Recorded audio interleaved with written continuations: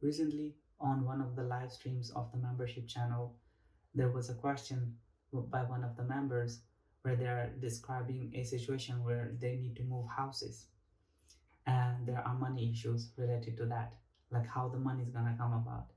And I remembered one story by Neville Goddard in his book, The Law and the Promise, which is miraculous to say the least, which shows you that you don't really need anything except for imagination to bring to fruition what you want. And this particular story describes it perfectly as the couple who was trying to manifest their house could did not want to put any money in it, not a penny in it, and they wanted it done, and so they did it. So the story goes something. I will read it from the book itself to make it more genuine and authentic, because at the top of my head I could miss some details. So, for many years, a doctor and his wife dreamed about their stately habitation, but not until they imaginatively lived in it did they manifest it. Here is their story. Some 15 years ago, Mrs. M and I purchased a lot on which we built a two-story building housing our office and living area. We left ample space on the lot for an apartment building. There's their desire. If and when our finances would permit, all those years we were busy paying off our mortgage, and at the end of that time had no money for the additional building we still desired so much. It was true that we had an ample savings account, which meant security for our business, but to use any part of it for a new building would jeopardize that security. So they had money, but they didn't want to spend it on the new building because they would be left with nothing, right? It's a big risk. Uh, but now your teaching awakened a new concept. They came across Neville Goddard's teaching, and they realized that there is something called imagination, boldly telling us we could have what we most desired through the controlled use of our imagination, and that realizing a desire was made more convincing without money. We decided to put it to a test, to forget about money and concentrate our attention on the thing we desired most in this world, the new apartment building. So this question is similar to what the member in the membership channel asked. So if you're interested in joining the membership channel, the link is in the description. And if you want to work with me one-on-one, the link is in the description. Anyhow, with this principle in mind, we mentally constructed the new building as we wanted it. As we wanted it, here's the key part. Actually drawing physical plans so we could better formulate our mental picture of the complete structure. So they went all in. They imaginatively went all in. Never forgetting to think from the end, in our case, completely occupied building. We took many imaginative trips through our apartment house, renting the unit to imaginary tenants, examining in detail every room and enjoying the feeling of pride as friends offered congratulations on the unique planning.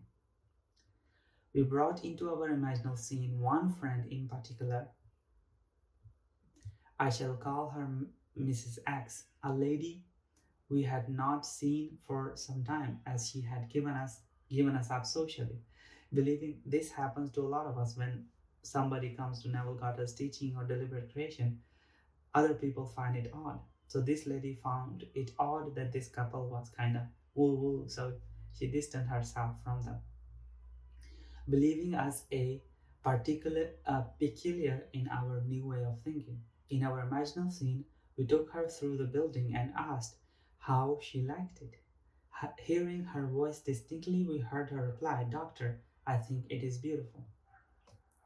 Now, here comes the real bridge of incident where something out of the blue happens that is unexplainable. One day, while talking together of our building, my wife mentioned a contractor who had constructed several apartment houses in our neighborhood. We knew of him only by the name that appeared on signs adjacent to buildings under construction. But realizing that if we were living in the end, we would not be looking for a contractor. We promptly forget this angle. They were already at the end, so they did nothing. Continuing these periods of daily imagining for several weeks, we both felt we were now fused with our desire and had successfully been living in the end. It's basically just imaginally, mentally being in your desired reality. There's no real trick to it. It's just persistent. One day, a stranger entered our office and identified himself as the contractor whose name my wife had mentioned weeks before. In an apologetic manner, he said, "I don't know why I stopped here. I don't know." You see, he had no idea why he was there. When you live in your end, other people will move under compulsion to get you what you want. So he said, "I don't know why I stopped here. I normally don't go to see people, but rather people come to see me." He explained that he passed our office often and had wondered why there wasn't an apartment building on that corner lot. We assured him we would like very much to have such a building there, but we had no money to put into the project, not even the few $100s it would take for plans. Our negative response did not faze him, and seemingly compelled, he began to figure out and devise ways and means to carry out the job. The man was absolutely under compulsion. He had no idea why he was there or what he was doing, but he was kind of compelled to do it. Unasked and unencouraged by us, forgetting the incident, we were quite startled when a few days later this man called, informing us that the plans were completed and that the proposed building would cost us $30,000. We thanked him politely and did absolutely nothing. So all you guys who are talking about what to do, here's it. We did absolutely nothing. We knew we had been living imaginatively in the end of a building, completed building, and that imagination would assemble that building perfectly without any outside assistance from us. We were not surprised when the contractor called again the next day to say he had found a set of blueprints in his files that fitted our needs perfectly with few alterations. This, we were informed, would save us the fee for new plans. We thanked him again and still did nothing. Logical thinkers would insist there is no logic to this stuff. Here's Logical thinkers would insist that such negative response from prospective customers would completely end the matter. Instead, 2 days later, the contractor again called with the news that he had located a finance company willing to cover the necessary loans with the exception of few thousand dollars. It sounds incredible, but we still did nothing. For remember, to us this building was completed and rented, and in our imagination we had not put one penny in its construction. They did not want to put one penny. The balance of this tale reads like a sequel to Alice in Wonderland. Logic, reasoning absolutely out the window. That doesn't work. For the contractor came to our office the next day and said, as though presenting us with a gift, "You people are going to have that new building anyway." This guy had no idea why he was obsessed with this apartment building and why he was doing all that he was doing, but he had to do it. It's like an itch in his brain, as in the movie The Matrix says, it's like a splinter in your mind. He had this splinter in his mind and he had to do something about it. I've decided to finance the balance of the loan myself. If this is agreeable, I'll have my lawyer draw up the papers and you can pay me back out of the net profits from rentals. This time we did do something. We signed the papers and construction began immediately. Most of the apartment units were rented before final completion and all but one occupied the day of completion. We were so thrilled by the seemingly miraculous events. It always seems that way. It seems miraculous. So, of the past few months, that for a while we didn't understand the seeming flaw in our imaginal picture. But knowing what we had already accomplished through the power of imagination, we immediately conceived another imaginal scene, and in it, this time, instead of showing the party through the units and hearing the words "we will take it," we ourselves in imagination visited tenants who had already moved in that apartment. So one of the apartment were not rented, and so they amended the imaginal scene and saw that it is already tenants are already living there. We allowed them to show us through the rooms and heard their pleased and satisfied comments. These three days later, that apartment was rented. Our original imaginary drama had objectified itself in every detail, save one. And that one became a reality when 1 month later our friend Mrs. X surprised us with a long overdue visit. Remember, this woman had cut them off socially and she was out of contact for maybe years, I think. And now all of a sudden she wanted to visit them. It's amazing how it works. Expressing her desire to see our new building. Gladly, we took her through, and at the end of our tour heard her speak the line we had heard in our imagination so many weeks before, as with emphasis on each word. She said, "Doctor, I think it's beautiful." She even said the exact words.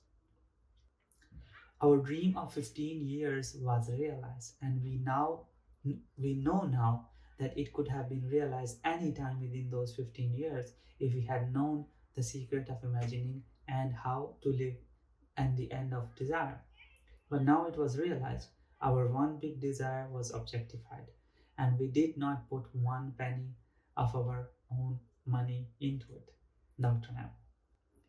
So, this is the story, which is incredible. And the point that I wanted to make this video in exact words of this doctor in the exact way, the way Neville wrote it, the structure shows you how they lived. They just lived in the end.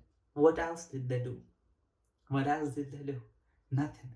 And they did not put a penny in their project. They show you that when you are considering something, don't consider money into it and don't consider time. It took them 15 years, but they could have realized it any time. And when they start doing the imagination, it happened in like 2 months, I think, or less. And that's how it works. So any questions that you have, I'm sure that this story covers all of them. No action, only living in the end, only in mind, and uh, persistence. They said no repeatedly. The temptations of, like he said, okay, give, I will do this for you. You can pay the 30,000 or this or that. They said nothing. They said no to the seeming breadcrumbs. So never take breadcrumbs as your fulfilled desire. Do not make concessions. Stick with the end and live there mentally, and it will be done.